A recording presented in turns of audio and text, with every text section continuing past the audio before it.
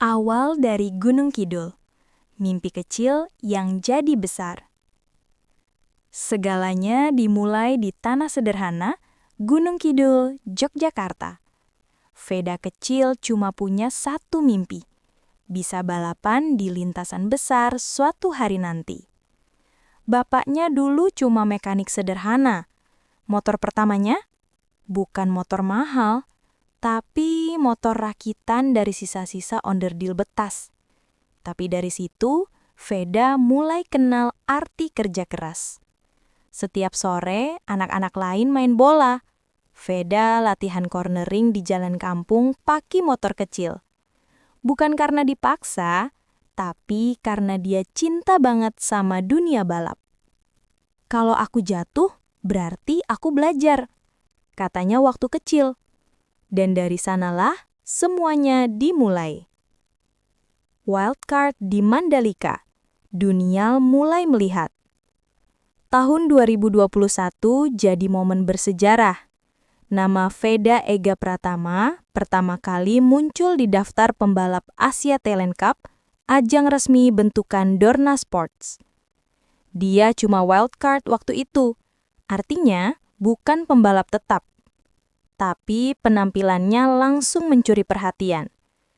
Motor bukan yang tercepat, tapi cara dia nikung di Mandalika, cara dia salip di tikungan terakhir, bikin komentator teriak, "Who's that Indonesian kid?" Penonton lokal pun berdiri bangga. Dan dunia tahu ada anak muda dari Gunung Kidul yang berani menantang batas.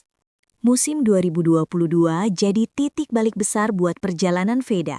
Setelah sebelumnya cuma turun sebagai wildcard, kali ini dia resmi turun penuh di Asia Talent Cup. Dan disinilah giginya sebagai calon juara mulai benar-benar kelihatan. Dari seri ke seri, performanya stabil banget. Bukan cuma sekedar ikut balapan, tapi udah ikut bersaing di barisan depan. 3 kali naik podium, dan akhirnya menutup musim di posisi 3 besar klasmen akhir. Gila kan? Itu bukan keberuntungan, tapi bukti kalau Veda punya mental dan kemampuan sejati seorang pembalap top. Padahal, lawan-lawannya bukan main, pembalap Jepang dan Thailand yang udah ditempa di akademi elit dengan fasilitas super lengkap. Tapi Veda, dengan segala keterbatasannya, dia tetap bisa ngimbangin, bahkan sesekali ngelangkahin mereka di lintasan. Dari situ dunia mulai sadar, ada darah juara yang mengalir dari Gunung Kidul. Musim 2023 benar-benar jadi tahun yang gak akan dilupain dalam sejarah balap Indonesia. Setelah 2 musim penuh kerja keras dan jatuh bangun, akhirnya Veda Ega Pratama meledak. Asia Talent Cup yang selama ini selalu jadi wilayah kekuasaan pembalap Jepang dan Thailand, tiba-tiba diguncang sama satu nama, Veda Ega Pratama. Dari total 12 balapan, Veda berhasil 9 kali naik podium dan sebagian besarnya di posisi pertama. Itu bukan sekedar menang, itu dominasi total bro. Setiap race lawan-lawannya cuma bisa geleng kepala lihat konsistensinya. Di seri penentuan, ketika bendera finish dikibarkan dan lagu Indonesia Raya berkumandang di atas podium, suasananya haru banget. Veda berdiri tegak, matanya berkaca-kaca, tangan kanan di dada, membawa bukan cuma piala kemenangan, tapi kebanggaan satu bangsa. Untuk pertama kalinya dalam sejarah, bendera merah putih berkibar di puncak Asia Talent Cup, menandai lahirnya juara sejati dari Indonesia. Setelah menaklukkan Asia dan membawa nama Indonesia ke puncak kejayaan, babak baru pun dimulai untuk Veda Ega Pratama. Dunia mulai menoleh dan pintu menuju Eropa pun terbuka lebar. Ia resmi direkrut ke ajang Red Bull Rookies Cup, salah satu kompetisi paling bergengsi yang dikenal sebagai tempat lahirnya calon-calon pembalap MotoGP dunia, seperti Jorge Martin, Pedro Acosta, hingga Brad Binder.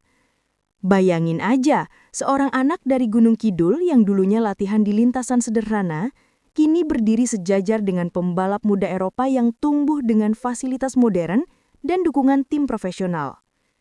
Di tahun debutnya, musim 2024, Veda langsung membuktikan kalau dia bukan sekadar pembalap tamu dari Asia.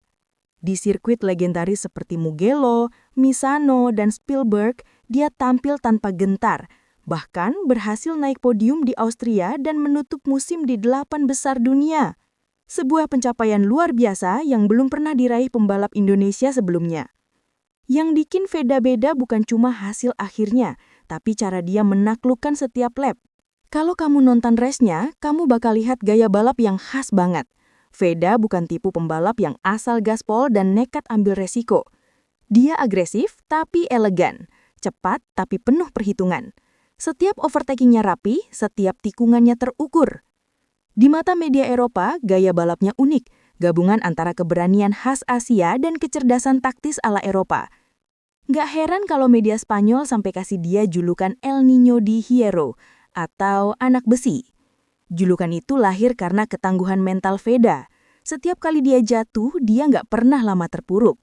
Dia bangkit, belajar, dan langsung melaju lebih kencang dari sebelumnya. Di balik ketegasannya di lintasan, Veda punya sisi lembut yang bikin semua orang respek. Selalu rendah hati, selalu haus belajar. Dan mungkin itulah rahasia terbesar kenapa anak desa dari Gunung Kidul ini bisa berdiri sejajar dengan calon bintang MotoGP dunia. Kalau kamu perhatiin cara Veda balapan, kamu bakal langsung sadar kalau dia punya gaya yang benar-benar beda dari pembalap lain seusianya. Veda bukan tipe yang cuma ngandelin keberanian atau asal gaspol tanpa pikir panjang. Dia punya keseimbangan yang jarang banget dimiliki pembalap muda. Agresif, tapi tetap cerdas. Di lintasan, Veda tahu kapan harus menyerang dan kapan mesti menahan diri. Setiap tikungan, setiap overtake, semuanya dilakukan dengan perhitungan matang seolah dia bisa membaca pergerakan lawan sebelum itu terjadi. Gaya balapnya itu bikin komentator dan analis Eropa kagum. Karena Veda bukan cuma cepat, tapi juga paham taktik. Saat pembalap lain sibuk berebut posisi di awal lap, Veda lebih sering menunggu momen yang tepat buat menyalip. Dan begitu peluang datang, dia langsung tancap gas tanpa ragu, bersih, presisi, dan nyaris tanpa kesalahan. Media Eropa pun mulai melirik. Bahkan salah satu media Spanyol sampai menjulukinya El Niño de Hierro, yang artinya anak besi. Julukan itu bukan asal sebut, tapi karena mental baja yang Veda tunjukin setiap kali menghadapi situasi sulit. Pernah jatuh keras? Pernah. Tapi bukannya down, dia justru balik ke lintasan dengan semangat 2 kali lipat. Setiap luka dijadikan pelajaran. Setiap kegagalan jadi bahan bakar buat jadi lebih tangguh. Itu yang bikin orang-orang di pedok Eropa kagum. Anak muda dari Indonesia ini nggak cuma punya bakat, tapi juga punya mental juara yang luar biasa. Di balik helm dan kecepatan tinggi, Veda tetap rendah hati, selalu tersenyum, dan nggak pernah lupa asalnya. Kombinasi antara keberanian, kecerdasan, dan hati yang tulus inilah yang bikin Veda bukan sekadar pembalap hebat, tapi simbol semangat pantang menyerah khas Indonesia.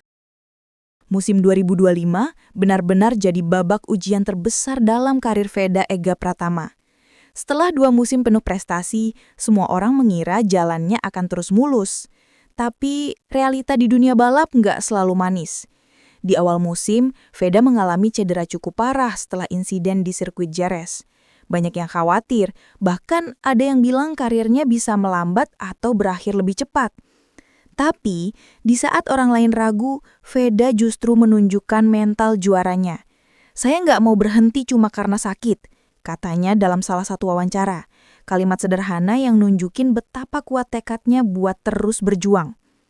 Begitu pulih, Veda langsung bikin comeback spektakuler.